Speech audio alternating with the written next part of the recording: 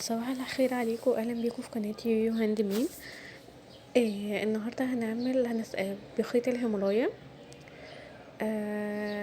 بنفس النوع ده البوليفين بيبي وبلاستيك الاتامين اللي انا قلت لكم عليه قبل كده، اللي هو متقسم تقسيمه الشنطه اللي جاهزه على طول، مش المستطيل اللي بنقصها.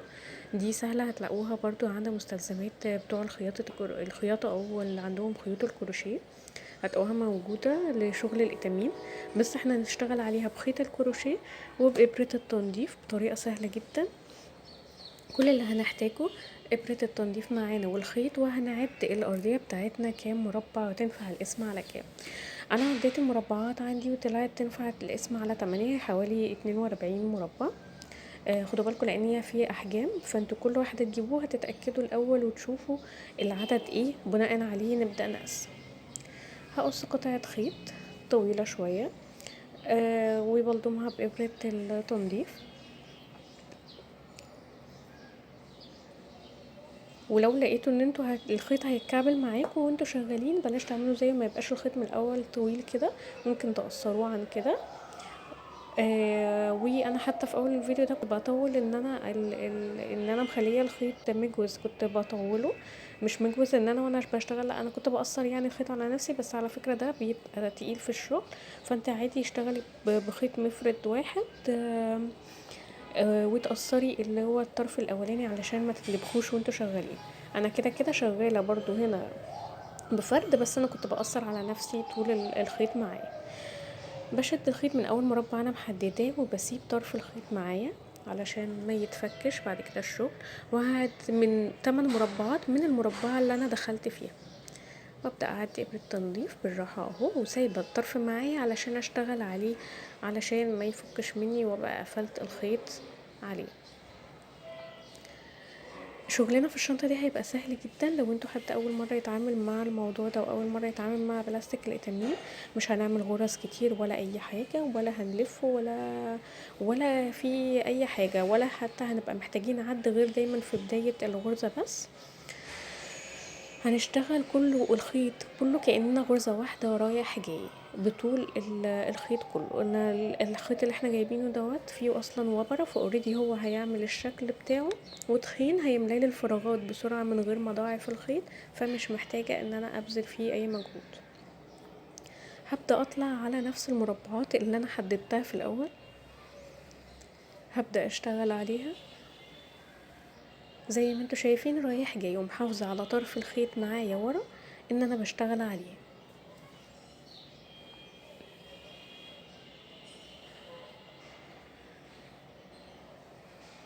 زي ما انتوا شايفين كده اهو،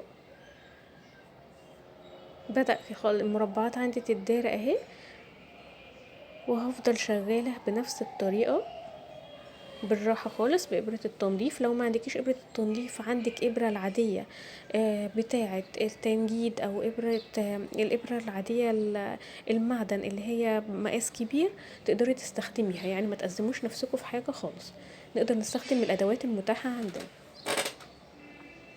وهبدأ إن أنا أفضل مكملة بنفس الطريقة على نفس أماكن المربعات، ودي أهم نقطة عندي علشان أغطي كل المربعات فيظهر عندكم الشكل في النهاية زي ما أنا خلصته بالظبط. في الآخر لما تشوفوه مفيش مش باين أي أماكن فيها فراغات أو فيها أي حاجة. هبدأ أرتفع لحد ما أوصل لفوق وأوريكم هنكمل إزاي.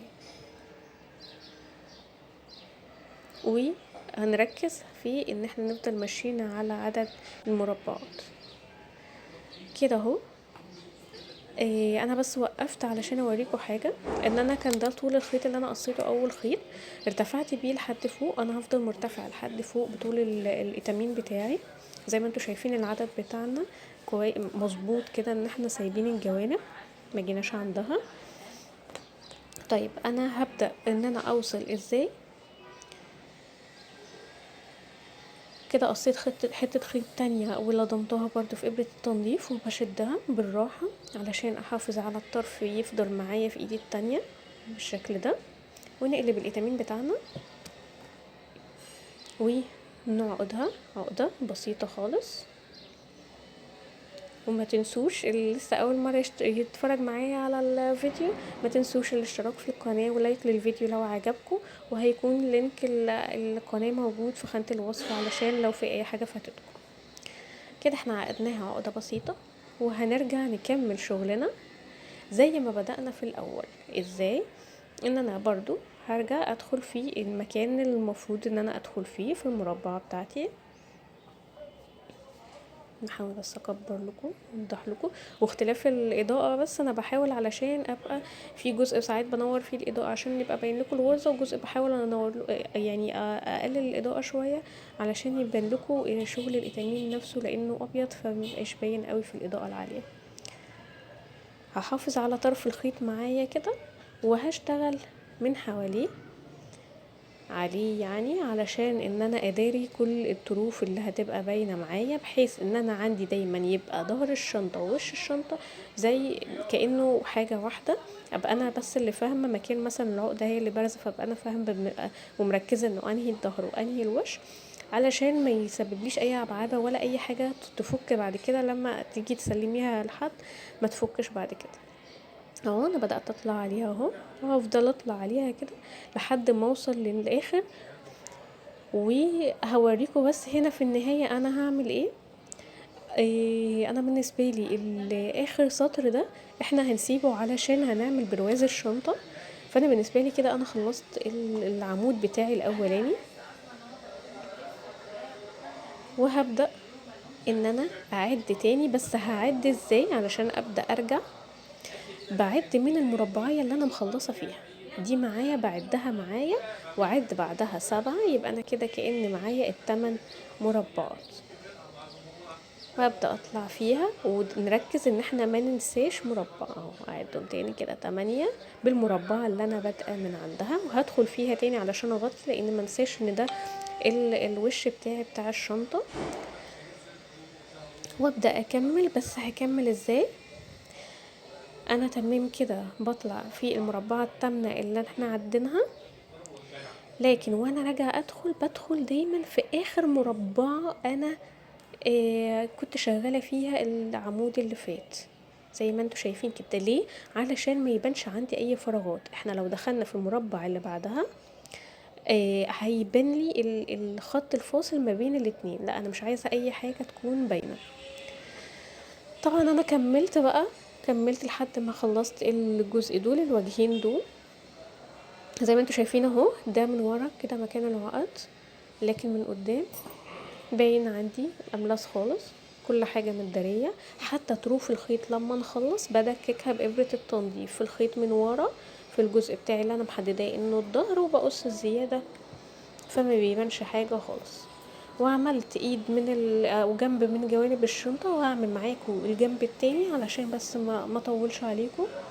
ابدا منين؟ زي ما انتوا شايفين الابره، انا جبت ابره، على فكره ابره خياطه هي عاديه، جبتها الكبيره على اساس ان بس هنا هنبدا في الجوانب ان المربعات تكون رفيعه، فابره التنظيف العاديه بتاعه الكروشيه كانت تخينه معايا قوي، فعشان ما تعطلنيش في الشغل استخدمت الابره الرفيعه. بادئه بادئين كده بخيط جديد، فبرضو زي ما اتعودنا من بدايه الفيديو ان انا بحافظ على الطرف معايا زي ما انتوا شايفين كده اهو. وزي ما انتوا شايفين انا برضو ببتدي من نهاية المربعات اللي يعني اخر مربعات انا شغالة فيها انا بدخل اشتغل فيها تاني علشان ما يبانش اي فواصل. بشد الخيط اهو بالراحة، بس طبعا انا مطولاه علشان ما ان انا مقصش كتير فبيقوم بارم كده، فما تقلقوش ما فيهاش مشكلة. نفرده واحدة واحدة ونبدأ نطلع دور دور بالراحة برضو خالص، واركز ان انا هبتدي من اول مربع لاخر مربع علشان انا عايزة اداري كل المكان خالص. هنا مش هضطر ان انا اعد 8 ولا حاجة، لان هضطر انها تبقى المستطيلات رفيعة قوي، فدي هنعملها كأنه مستطيل واحد مرة واحدة. ببتدي من اول مربع لاخر مربع، وحافظ ان انا محافظة على الطرف بتاعي من ورا، وافضل ارتفع للاخر. وهوريكم هنا النهاية لان النهاية عندي بتبدأ تضيق، فهوريكم اهوت هنعمل فيها ايه. هفضل شغالة بنفس الطريقة زي ما انتوا شايفين كده اهو. ما فوتش اي دور، لان فوتي دور هتلاقي فيه مسافات ظهرت عندك اهو. ومش هعتبر ان الدور خلص، لا انا ادخل حتى في اللي هي المثلثه اللي فوق الرفنعه دي اللي بدخل فيها، وكمان الحته الرفيعه الاخرانيه، بحيث ان انا قدر الامكان ابقى انا غطيت كل حاجه عندي، ومش باقي الا الطرف البلاستيك الخفيف اللي باقي ده اهو. ما نقلقش لو في تفتيل كده خط فتل رفيعه ظاهره معايا، لان الخيط ده طرفه الوبره بتاعته بتطلع من طرفه، فمفيش مشكله، هننضفها ونشيلها خالص. وده نهايه الخيط بتاعه اهو، عشان برضو تبقى انتوا عرفتوا طريقه التقفيل اهو. بفضل ادخله حته طويله بحيث ابقى اطمنت خالص ان الطرف عندي متغطي وانه ما عادش ظاهر. وهقص الزياده بقى بالنسبه لي بتاعتي دي اهو. بصوا زي ما انتوا شايفين كده في تفتيلة خيط عادي، ما نقلقش خالص. الجزء اللي يعمل كده نبقى نقصه واحنا شغالين، لكن هنا هقص للنهاية واشيل طرف اهوت الفتل بتاعتي. وكده يبقى انا عملت الجنبين زي ما انتوا شايفين اهو. كل المربعات عندي فاضية، واشيل وانضف مكاني خالص. مش هيبقى باقي غير الجوانب اللي باقيالي تحت بيضة دي، هنبدأ نشتغل فيها. ده كده الشكل اهو من ورا ومن قدام زي ما انتوا شايفينه كده. هنبدأ نحاول نعمل بس الجوانب دي واوريكم هنشتغل فيها ازاي.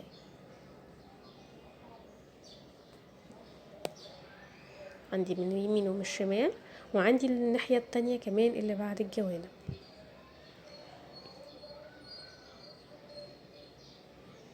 وهنبتدي فيها من النهاية من عند الجوانب، من بداية الجوانب لحد فوق، علشان لسه كمان عندنا تغطية الطرف دي، وهقول لكم هنغطي الطرف ده ازاي لحد ما نوصل للناحية التانية. هبتدي بالجنب القصير بتاع الشنطة ليه تركة معينة بسيطة هوريها لكم ان احنا نختصر على نفسنا الشغل. هبتدي زي ما قلت لكم من ناحية الناحية القريبة من الجوانب، واركز ان انا فين الوش بتاعي والظهر بتاعي، علشان دايما اخلي الشغل اللي ظاهر عندي او الابرة تبقى طالعة عندي ناحية الوش اللي هيبقى ظاهر بعد كده للناس. ادخل اهو من مكان اخر حتة انا شغالة فيها، ومسيبهاش وادخل في المربع اللي بعد كده اهو. زي ما انتوا شايفين اهو، انا بوقف الابرة هنا عشان تبقوا شايفين انا داخلة منين. ابدأ اشتغل هنا واسحب برضو اول مرة زي ما تعودنا بالراحة، علشان ابقي طرف الخيط معايا بالشكل ده. وهدخل اكمل فين؟ في المربعة اللي جنبها على طول اهو. انا مسكت كده طرف الخيط في المربعة اللي جنبها على طول انا بدخل فيها وبشتغل. زي ما اتفقنا مش عايزين نفوت اي مربعات، وعايزين نمشي كل سطر بسطره مظبوط. ارجع ادخل في اللي بعدها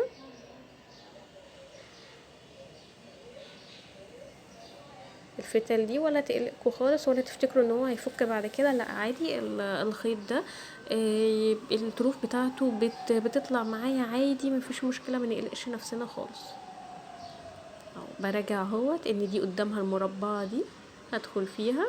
في بعض على فكره الشنط الاتامين ممكن تلاقوا مثلا زي دي مربعتين، يعني في مربعة مش جاية قصاد التانية بالظبط. لو هعيد في نفس المربع من الطرف عادي مش مشكلة، المهم ان انا ابقى باصة دايما وخليه وش الشنطة قدامي فوق، علشان لو حسيت باي ميل او في اي اختلاف اقدر ان انا اظبط واحدة بواحدة على طول، ما بقاش اشتغلت الكل جنب الشنطة واتفاجئ بحاجة في الاخر.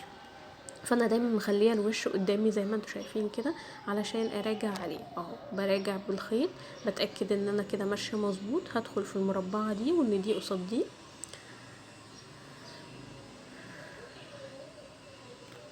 وبكمل زي ما انتوا شايفين اهو. بدأ يبان عندي اهو هكمل بنفس الطريقة من الطرف هنا للطرف هنا لحد ما اوصل للجنب الاخراني ده، واوريكم هنعمل ايه. وصلت اهو لاخر حاجة،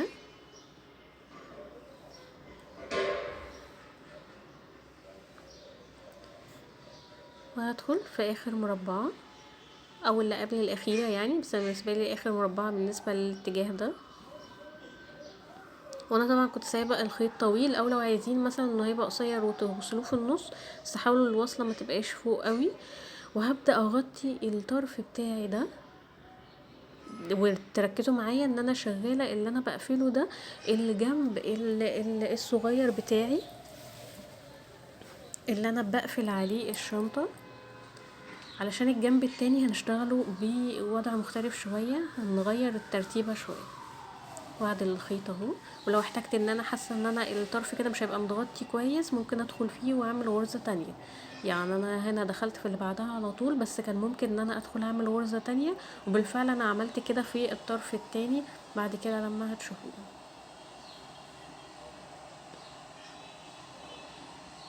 كده كأني بعمل برواز للشنطه، ولفيت بقى معايا خليتها قدامي علشان تبقى اسهل. الموضوع ان احنا بس رايحين جايين في اخر مربعة علشان يبقى غطينا المكان كله. كده كمان كام غرزة اهو علشان يبان لكم الشكل.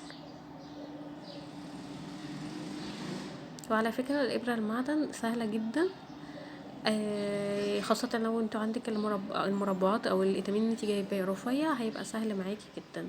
واسمها ابرة تنجيد عشان لو حابين تجيبوها. طبعا هغطي كل ده حتى الجزء البارز اللي فوق ده لحد ما اوصل للجنب التاني. ولسه ان انا كمان هعمل الجناب الباقي الناحية التانية، ونوصل كمان الطروف دي. عملت الجوانب التانية تمام. هنا قفلت طبعا من الطرف ده، لكن الجوانب الناحية التانية انا عملتها لكن ما قفلناش الطرف ده، يعني كنت بنهي على نهاية الجنب بس. وهبدأ قبل ما ان احنا نقفل الجوانب بتاعة الشنطة، هبدأ ان انا اعمل لها بطانة يفضل. وطريقة عمل البطانة وطريقة التخييط والخياطة السحرية والغرز الخياطة اللي بنحتاجها عامة في تقفيل البطانة بتاعة الشنطة، انا عاملاهم في فيديوهين قبل كده، هحاول ان انا احطه لكم في خانة الوصف علشان تقدروا ترجعوا له. انا استخدمت الدبابيس ان انا بس دبست هنا القماش بتاعي زي ما انتوا شايفينه كده، كنت عاملاه اعرض من الشنطة حاجة بسيطة واطول حاجة بسيطة علشان اتني الجوانب واخيطها في الشنطة. بعد ما خيطتها هبدأ ان انا اقفل الجوانب زي ما انتوا شايفين كده. الابرة انا راجعة فيها لاول غرزة في الجزء الجانبي عندي، او اول مربع في الجزء الجانبي عندي علشان ما فوتش اي مربعات، وبدأ بخيط جديد. وحافظ ان انا اخلي الطرف برضو معايا، وادخل هنا برضو اركز انه في اول مربع من ناحية الجنب يكون فاضي اهو. وهخلي بالي ان انا هكون معدية من البطانة علشان ما تزنقش والاقي الخيط داخل في البطانة ومش بيعدي. وزي ما انتوا شايفين البطانة عاملاها يدوب مش طالعة جوانب قوي علشان ما تعملش معايا مشكلة وانا بقفل. عايزين تبطنوا الجوانب برضو مفيش مشكلة، بس يعني انا حسيت انه لا، هي كده كده الخيط ملموم مفيش حاجة هتفك منه ولا اي حاجة، لان انا لسه ابطن الجنب كمان. كمل وانا محافظة على الخيط الطرف الخيط بتاعي.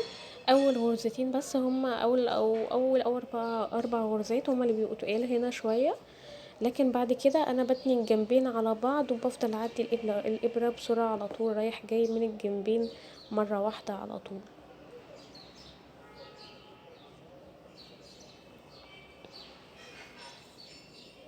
لكن هنا بعملها على الهادي بس اول كام واحدة علشان ابقى انا ظابطة العدد بتاعي وظابطة ان الاتنين قدام بعض. بعد كده اهو بتنيها وببقى ماسكة الاتنين قصاد بعض وادخل واطلع على طول كأني بخيط قماشتين ببعض بعد كده.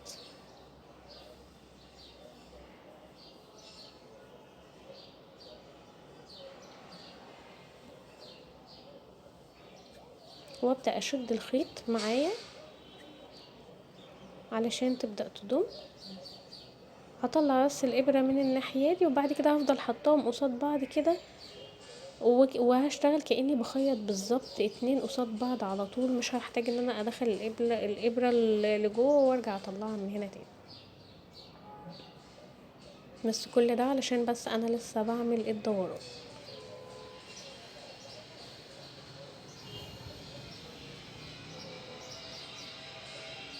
كده بدأت اشد الخيط علشان تبقى قافلة معايا، واكمل الطرف. وهنا انا بعمل، عشان تبقوا واخدين بالكم، انا بعمل الجنب اللي هو الاطول الاول علشان عايزة لسه اظبط التقفيلة بتاعة الطرف بتاعي، انما الناحية القصيرة سهلة في الاخر. كملت كده زي ما انتوا شايفين، وكملت عملت الطرف بتاعي من الناحية التانية اهو بالشكل دوت. قفلت كله بنفس الطريقة، والطرف التاني انا قفلته كمان عريض، وعملت القفل بتاعي اهو زي ما انتوا شايفين كده. عملتها على العريض مش مربعة واحدة، كمان عملت على مربعتين من اللي انا حتى من اللي احنا كنا شغالين عليهم. وحطيت قفل بتاعي، القفل اللي هو فيه مغناطيس من جوه، او اللي هي كبسولة بتعتبر، والاكسسوري من بره.